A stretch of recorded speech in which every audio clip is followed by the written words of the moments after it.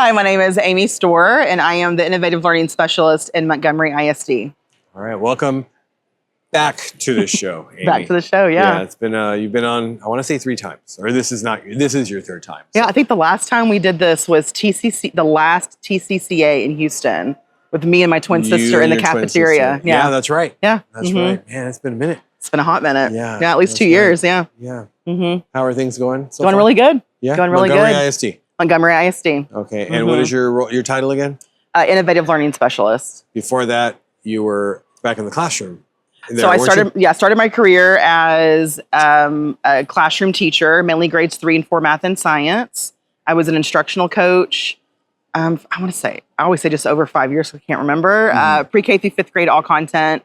And then left for 4 years and worked for a company called Fried Technology. Shout out to Fried Tech. Shout out to Fried Tech, my friends. And then came back into public education this school year. Okay. All right. I remember seeing your posts. I think it was like post ISTE, like right after ISTE. So all right, that's what we're going to be talking about today. Okay. All right. I know a lot of people personally that are like going from classroom to coach or coach to company, and then I also, like yourself, know people that are going back to the classroom. Yeah. My wife went back to the classroom from being an instructional. A math curriculum coach. Okay. And is going back. I went back to the classroom and is loving every minute of it. So I do have to ask, the transition from classroom teacher to innovative coach, was it innovative coach or instructional coach? Instructional coach. How did that go? How did that conversation come about? Was it something that you sought for, or was it kind of pitched to you, like, hey, we got this position coming out? Yeah. How did that come about? When I was a classroom teacher, that's when I started to present at like local conferences, and I kind of caught the presenter bug and realized pretty quickly I love working with adults. I love working with adult learners, teachers, leaders, counselors, you name it. I found it to be a very strong passion of mine. And then our district decided one year to start a coaching program, and I was a part of that first program.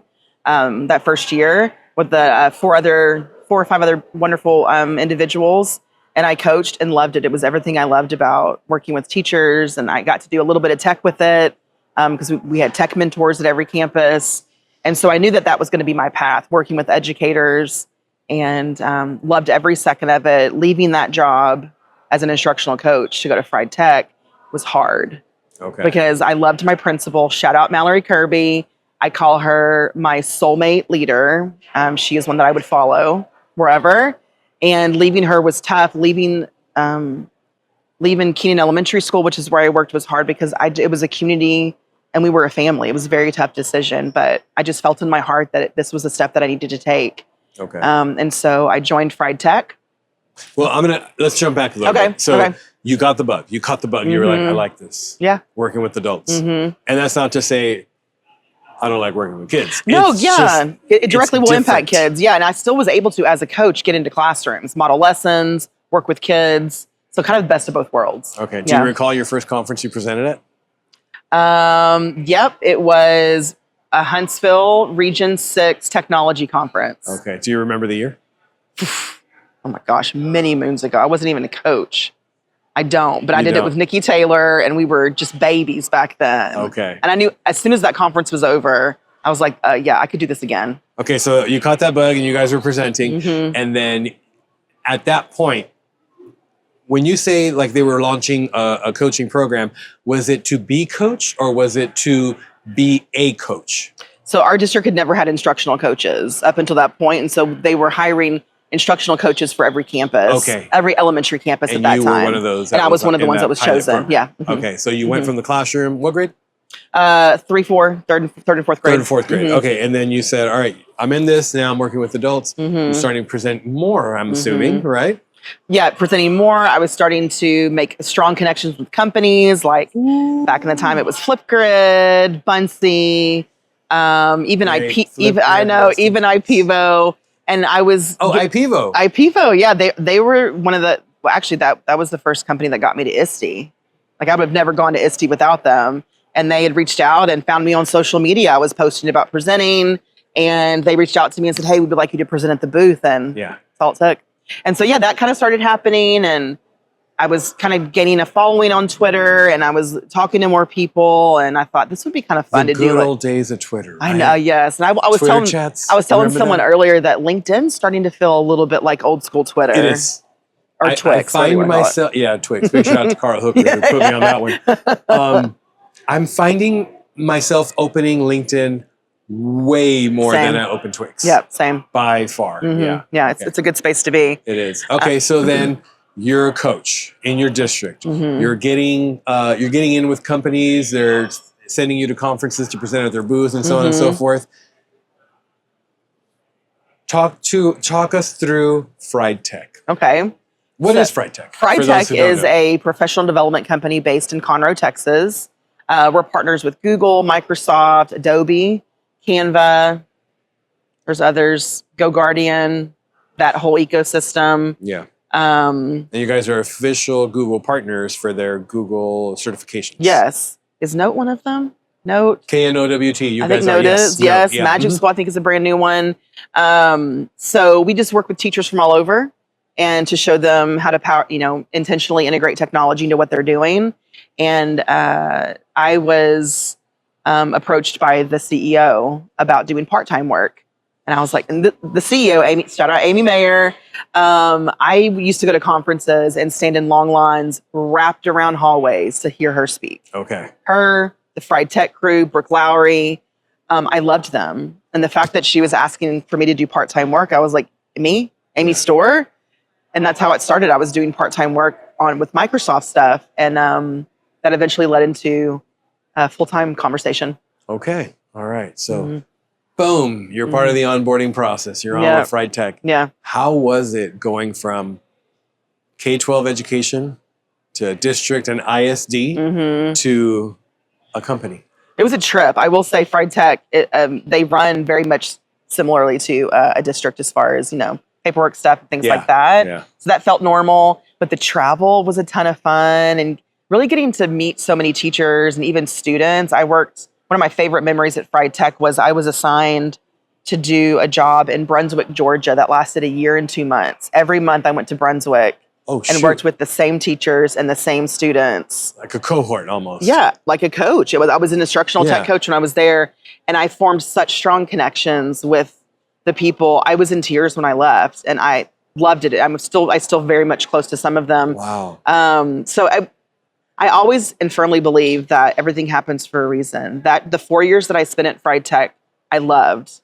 People that I met, the people that I worked with, Courtney Watson, Lori Roberts, Chantel Lott, Melissa Summerford, the entire team. Everything I learned there has equipped me for what I'm doing today. And I'm pretty sure that if I was to talk to everyone on that team, they would say the same thing about everyone, including yourself as well. I hope so, yeah. So now you're making these connections at a national level. Yeah. It's crazy. Yeah, it was getting to be in the room that I used to stand in lines to sit in to hear. Yeah. But getting to be there. I remember the first TCA. Was it in San Antonio that year? It may have been in San Antonio. And Courtney Watson, who got hired the same time as me, she and I call ourselves our work wives. Yeah. Actually, I had both of you on the show the following year. Oh, that's right. So it's that TCA. was the last one. Yeah. That was the Halloween, the 13th one, like the Friday the 13th one. Yeah. You are correct. We were on stage about to present our first session ever as Fried Tech employees, and it was a Wakelet session. Okay. Specific Wakelet session, and the entire Wakelet team from the UK walks in, and they're standing to the side, and her and I look at each other and we go, "You are kind. The line is, you are kind. You are smart. You are enough." Yes, because we were so incredibly nervous because we were the ones that were in the audience for so many years watching these individuals present. It was surreal. Absolutely surreal. So you guys got through it. You pushed through it. Wakelet was there. Yeah. Okay. Started building even more relationships than that. So you were only with Fried Tech for 4 years? 4 years, yeah. Yeah. Feels like you were with them longer. So then when you and I first connected, you weren't with them. Huh. Okay. I'm starting to do the math in my head. Carry the 5. Yeah. Okay. All right. And then what made you say this past year, these past 12 months, because I'm pretty sure you struggled in your own head, do I want to continue doing this? Yeah. Do I want to go back to the classroom? Mm-hmm. At what point did you have that first initial thought? Who did you talk to? What went through your head when you decided, or when you even were thinking about going back to the classroom, to the district level, I should say? I vividly remember the moment that I first had an inkling, like the heart pull, a little bit of a light heart pull. And I went to go visit my former principal, Mallory Kirby, my soulmate leader, during the Christmas time, just to go say hi, have lunch with her. And they were setting up the Christmas tree. Miss Dottie was there, who was our former secretary, who was since retired. I feel like there's multiple Miss Dotties. I've heard that name. Probably. I know a Miss Dottie as well. That's funny. Okay. And I got to visit with the teachers, and I left that day. I could cry now thinking about it. I drove home in tears.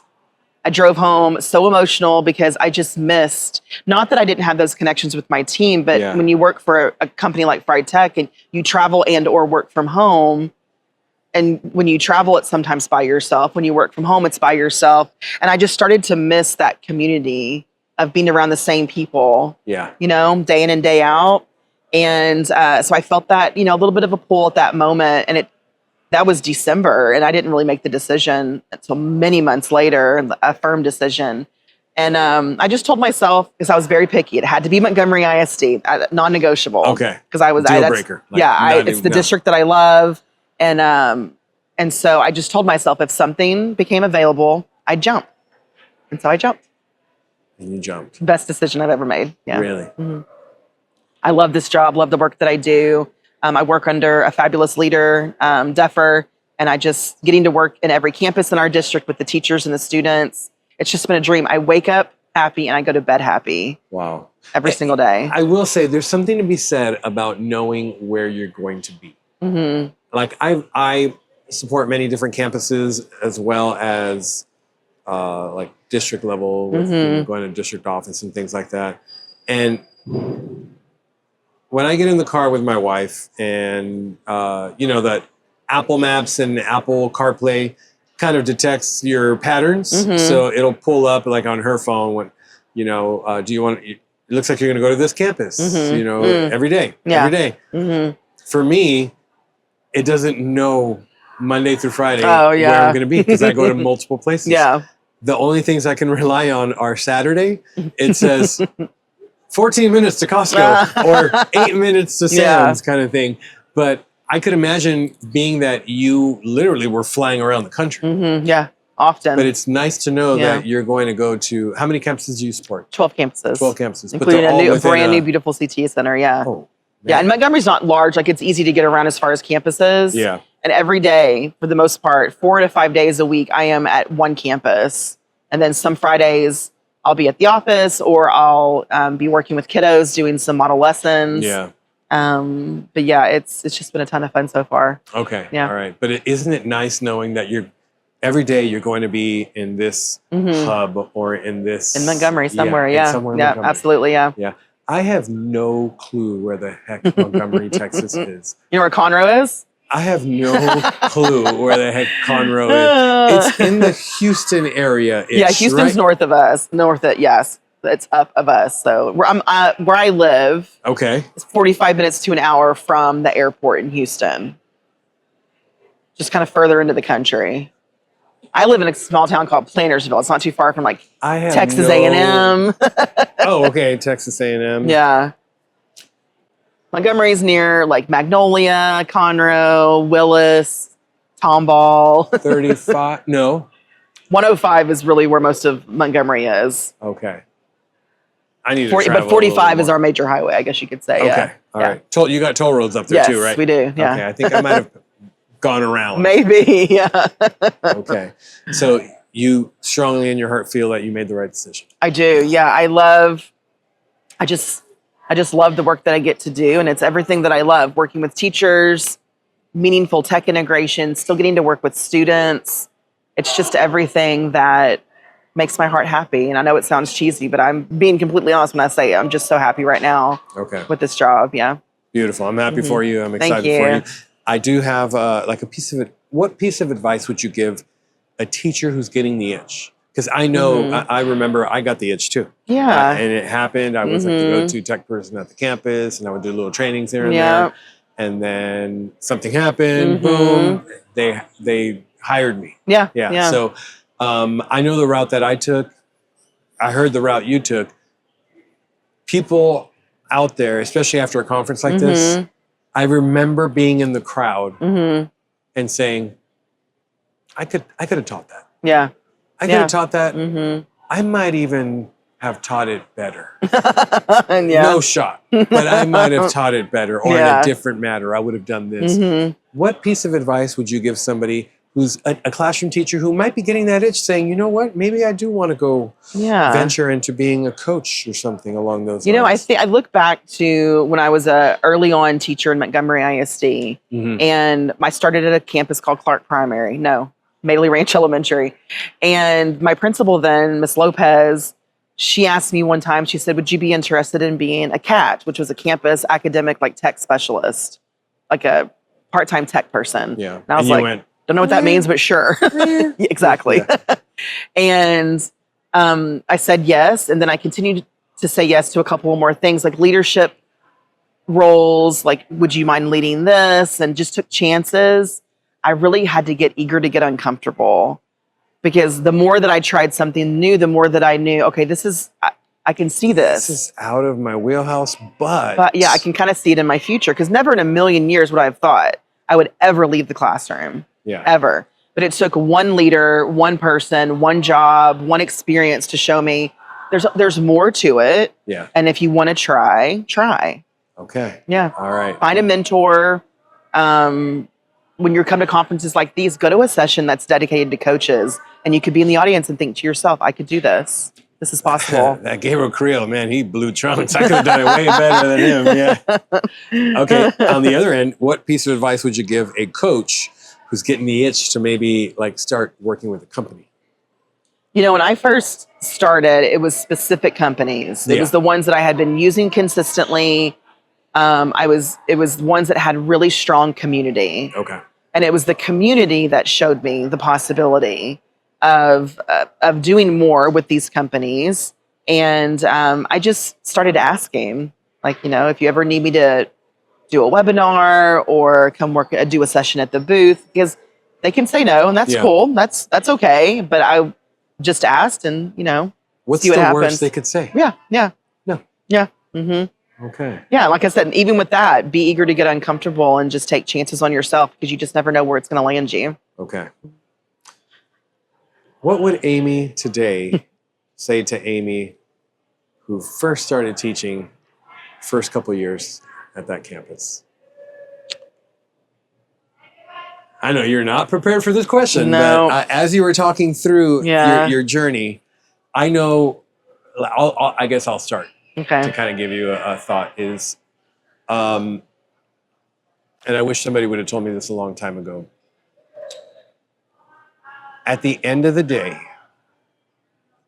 the only three people who will remember all the extra time, all the hours that you put into the job after hours and so on and so forth, the only three people who are going to remember that are your wife and two kids. Yeah. And that's when it hit me that I needed to have a little bit more balance. I needed to do everything I could, but understand that there are some things that I'm not going to be able to get to today. I can do them tomorrow, or I can find ways where I can kind of hack my way through it. And now that we have AI, things that used to take hours upon hours with the assistance, not replacing with AI, but with the help of AI, we can kind of streamline those things. But I quickly realized, so I would go back in time and tell myself that, not everything needs to be tackled right now, 100% of the time until midnight every night. That's what I would say. Thank you for that wait time for me to think about this. I think I would tell myself. It's good teaching. That's modeling, good teaching. Right? You're right. They're giving you the exemplar. So my second year, this has a little bit to do with what I'm about to tell you. My second year as a teacher, I lost my mother. I know. I knew you. I know you know the story. And I think that I would tell myself, my younger teacher self, that you're going to be so proud of the you in 2026. Like, keep working, keep at it. go through those hills, those valleys, those mountains. It's going to be hard. It's going to be emotional. It's going to be worth it. You'll be proud of you. You'll be proud of you. You will. You will be proud of you. And she's proud too. Of course she is. Of course she is. Yeah.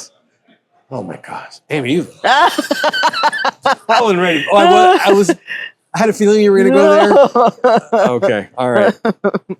Wow, that's pretty deep. That's pretty deep. When I first had you on the show, we were talking about biscuits. That's true. We were. Yeah, we talked about biscuits. We did talk about biscuits. I had a good biscuit here in Disney Springs this really? week. Sure did. Okay, where? At Homecoming. Okay, I know the place you're talking about. We didn't go. So good. Talk to us.